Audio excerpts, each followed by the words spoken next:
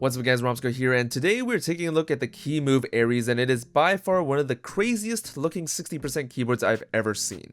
Just take a look at the case. It's a full CNC aluminum case, but it's not your average rectangle shape. It's got all these protrusions everywhere, which is really weird. The design is definitely unique, but it just reminds me of the Crimson Chin with the way that it protrudes outwards. Moving along, we have the KEMOVE logo on the chin, and on the bottom we have some rubber feet as well as some metal kickstand feet that give you a 6-degree typing angle.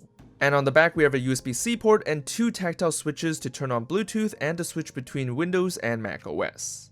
And this keyboard is actually pretty heavy, coming at around 2.6 pounds fully assembled.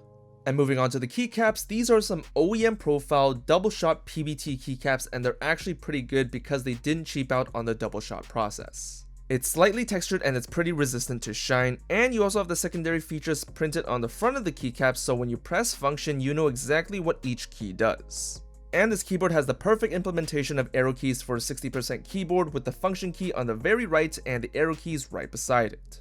And underneath our keycaps are the switches, and here we have Gateron switches, and you can choose between blue, brown, red, or yellow, with red and yellow being probably the best choices. And we also get some plate mount stabilizers that are actually pretty good because they don't wiggle around in their sockets, and they're actually factory lubed well to the point where there's actually no rattle when it comes to using the modifier keys.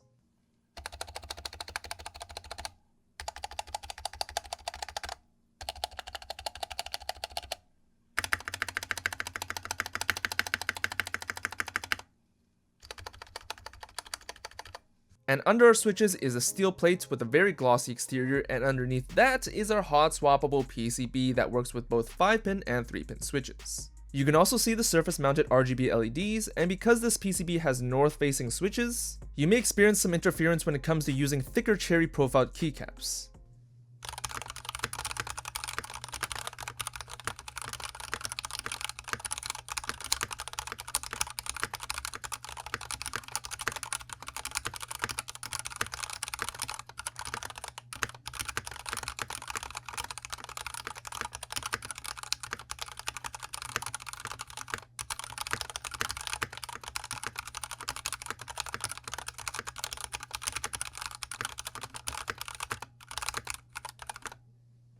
So you probably heard the hollowness of the keyboard, and there's a way to fix that.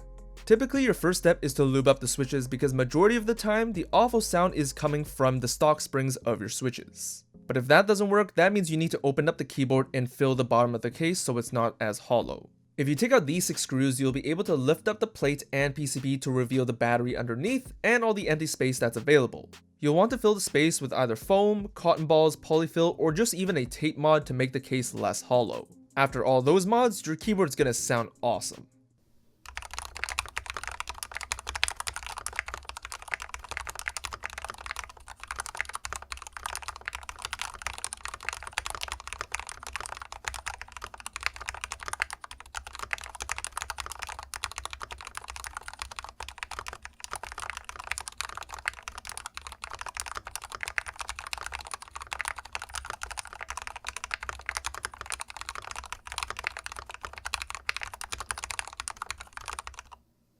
As for features, this keyboard is full of them. As mentioned before, this keyboard is fully compatible with both Mac and Windows OS. It also has Bluetooth connectivity of up to 3 devices at once, so it's enough for a laptop, tablet, and even your phone.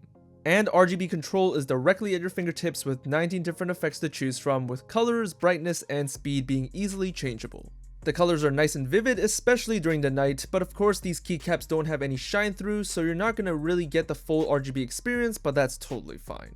This keyboard does have a software, but it's not available on their website yet, but rest assured you can remap keys, control lighting profiles, and create macros as well. You also have a bunch of colors to choose from, whether it's black, silver, blue, or this very familiar Unit 1 colorway. And lastly, the pricing of this keyboard is $170 US, which is actually pretty good considering the amount of features that you're getting. You're getting a metal case, switches, double shot PBT keycaps, Bluetooth connectivity, hot swappability, RGB, and you're also getting full compatibility with Mac and Windows OS. But that's been it for this review. This is a pretty unique looking keyboard with almost as many features as you can pack into a keyboard, so you're not losing out on anything. But let me know what you guys think about this keyboard. Good or not?